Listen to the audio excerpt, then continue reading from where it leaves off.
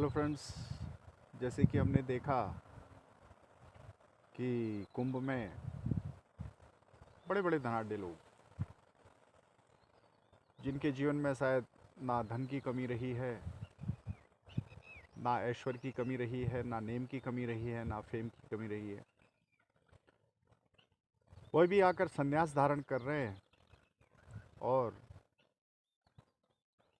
उस चीज़ को खोजने का प्रयास कर रहे हैं कि शायद जो सारी भौतिक सुख सुविधाओं के चलते भी उन्हें कभी प्राप्त नहीं हुआ या उसकी कमी उन्होंने अपने जीवन में महसूस की। आखिर वो क्या है जिसको वो ढूंढना चाहते हैं और अभी तक उनको वो चीज़ नहीं मिली है। आखिर क्या चीज़ थी हमारे इन महान मनीषियों के पास, गुरुओं के पास, बड़े बड़े सिद्ध पुरुषों के पास, बड़े बड़े समाज सुधारकों के पास, बड़े बड़े ज्ञानियों के पास, जो इतने अमीर और धनाढ्य लोगों के पास सब कुछ होते हुए भी नहीं है। आज समाज में देखते ही हैं, आज जीवन में, परिवारों में, पारिवारिक रिश्तों में किस तरह के परिवर्तन देखने को मिलते हैं। कहीं न कहीं कुछ न कुछ तो हम भूल चुके हैं, जो हमारी परंपरा या हमारी संस्कृति का हिस्सा था। उस वजह से आज समाज में ऐसा परिवर्तन जो शायद हम नहीं चाहते, परंतु युवा पीढ़ी भी दौड़ रही है इस परिवर्तन के पीछे, क्योंकि बाह्य चेतना के आधार पर ही उन्होंने आज तक स्वयं को ढाला है। ऐसी कोई शिक्षा पद्धति, ऐसा कोई आधार उन्हें नहीं दिया गया कि जिस पर वो चलकर अपने इनर कॉन्शियसनेस के लिए काम करें।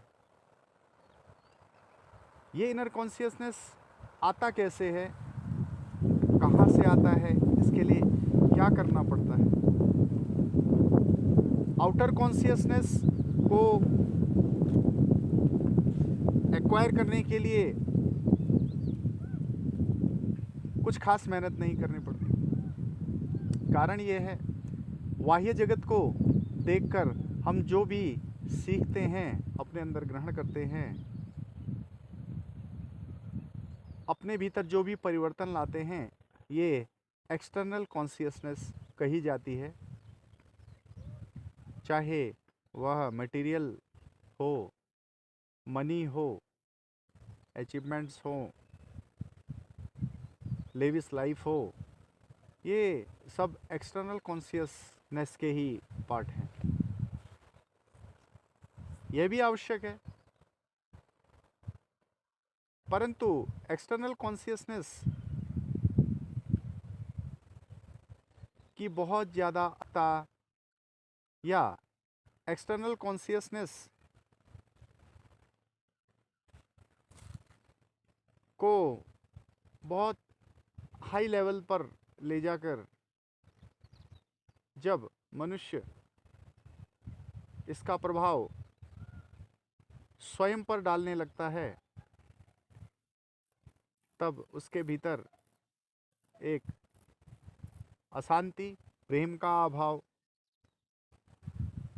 दया का अभाव, सेल्फिशनेस का ज़्यादा बढ़ना,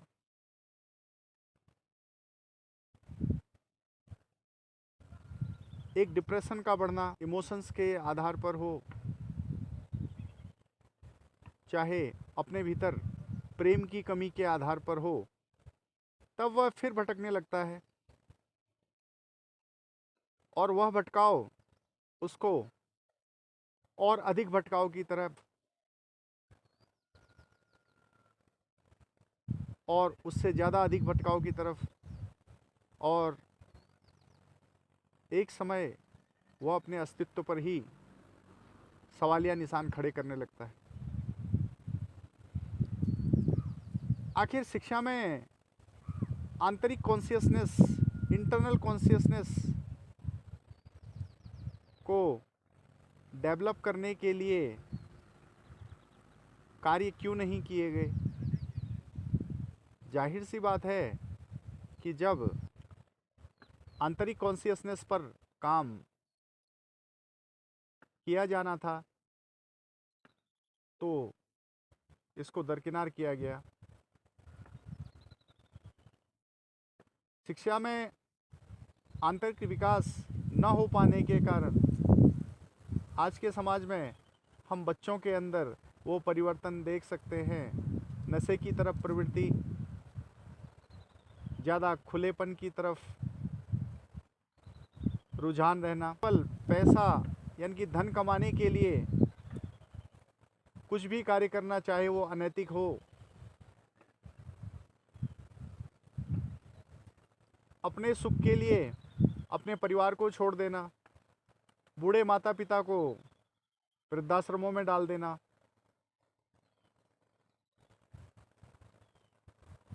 कमी उन बच्चों की नहीं है, कमी है उनको दी जाने वाली शिक्षा की।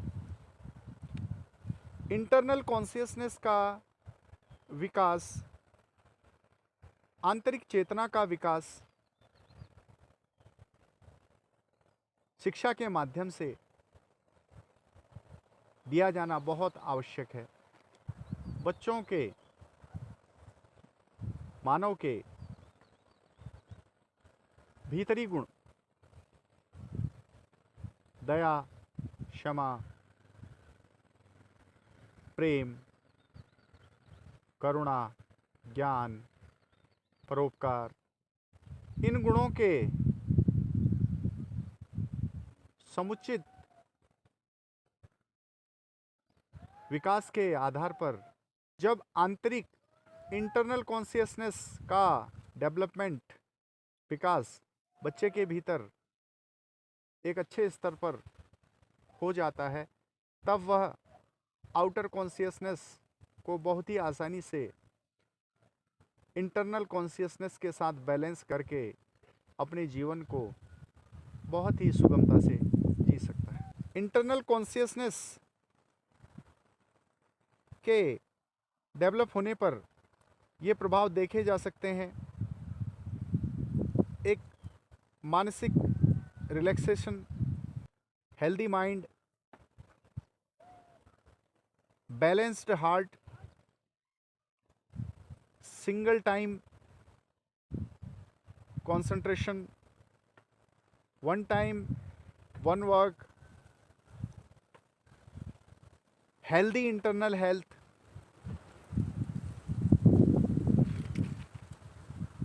good social and family relations, positive approach, supporting nature, kind heart person, ये सारे गुण देखे जा सकते हैं। ठीक उल्टी तरफ एक्सटर्नल कॉन्शियसनेस, हालांकि इसको सीखने की ज़रूरत तो उतनी रहती नहीं। बच्चा अपने आप ही 12 साल के बाद जब वह बाहर की दुनिया को एब्जॉर्ब करने लगता है तो ये डेवलपमेंट उसमें अपने आप होने लगता है। ये भी अति आवश्यक है जीवन जीने के लिए, लेकिन एक्सटर्नल कॉन्शियसनेस को बैलेंस करने के लिए इंटरनल कॉन्शियसनेस का डेवलप होना बहुत ज़्यादा ज़रूरी है, ताकि वह अपने जीवन को एक नियंत्रण में जी सके। इंटरनल कॉन्शियसनेस के डेवलपमेंट के अभाव में जिस व्यक्ति या पर्सनालिटी का केवल और केवल बाहरी व्यक्तित्व ही विकसित है, आंतरिक व्यक्तित्व विकसित नहीं है, यानी कि उसको एक बच्चे का दिमाग भी कहा जा सकता है। अब उसके अंदर किस चीज़ की कमी होने लगती है? उसके अंदर पेशेंस की बड़ी कमी देखी जा सकती है। वन टाइम पर वह पर्सनालिटी मल्टीपल गोल्स की तरफ एग्रेसिवली आगे बढ़ता है। इंटरनल फीलिंग्स लॉसेस उसके साथ चलते रहते हैं। सेल्फिशनेस बहुत ज़्यादा उसके अंदर देखी जा सकती है। बहुत ज़्यादा मनी माइंडेड, बहुत ज़्यादा मटेरियलिस्टिक, बहुत ज़्यादा लेविश लाइफ जीने की उसके अंदर इच्छा देखी जा सकती है। मनी एक्वायर करने के लिए वो किसी भी प्रकार का काम या कर्म को करने के लिए, चाहे अनैतिक कर्म हो, वो झेपेगा नहीं, क्योंकि उसका ध्यान सिर्फ पैसे पर है और उस पैसे से उसको सुख प्राप्त करना है। इसमें एक चीज़ बड़ी अच्छी है, एक्सटर्नल कॉन्शियसनेस और इंटरनल कॉन्शियसनेस में प्रवृत्ति पर्सनालिटी की मूल प्रकृति सुख की खोज। अब एक्सटर्नल पर्सनालिटीज वाला व्यक्ति सुख की खोज, एक्सटर्नल कॉन्शियसनेस वाला व्यक्ति सुख की खोज करना प्रारंभ करता है मटेरियल्स के आधार पर। बट इंटरनल कॉन्शियसनेस से एक्टिव पर्सन सुख की खोज, आनंद की खोज करना प्रारंभ करता है इंटरनल क्वालिटीज़ के आधार पर, जहाँ पर आंतरिक रूप से जागृत व्यक्तित्व के लिए धन, मटेरियल, ये जीवन जीने के लिए एकमात्र आवश्यक तत्व हैं। वहीं पर एक्सटर्नल कॉन्शियसनेस से जो व्यक्ति पूरी तरह भरा हुआ है, उसके लिए मटेरियल, मनी, लेविश लाइफ यही जीवन है। दृष्टिकोण का फर्क पड़ जाता है।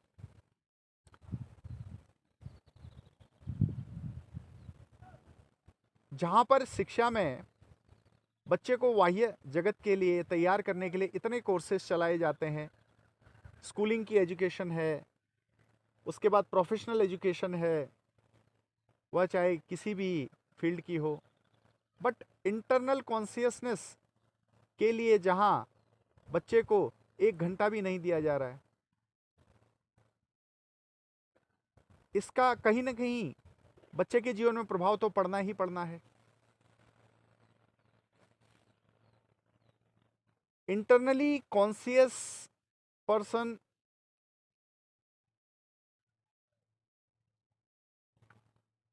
का माइंडसेट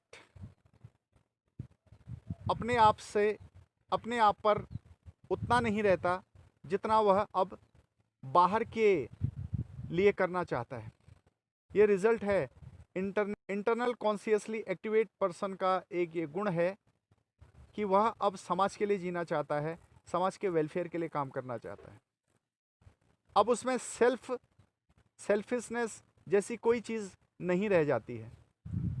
वहीं एक्सटर्नली कॉन्शियसनेस से एक्टिव जो पर्सन होगा, उसके लिए सेल्फिशनेस से ज़्यादा कुछ नहीं होगा। उसके लिए सबसे पहले सेल्फ होगा, उसके बाद सोसाइटी।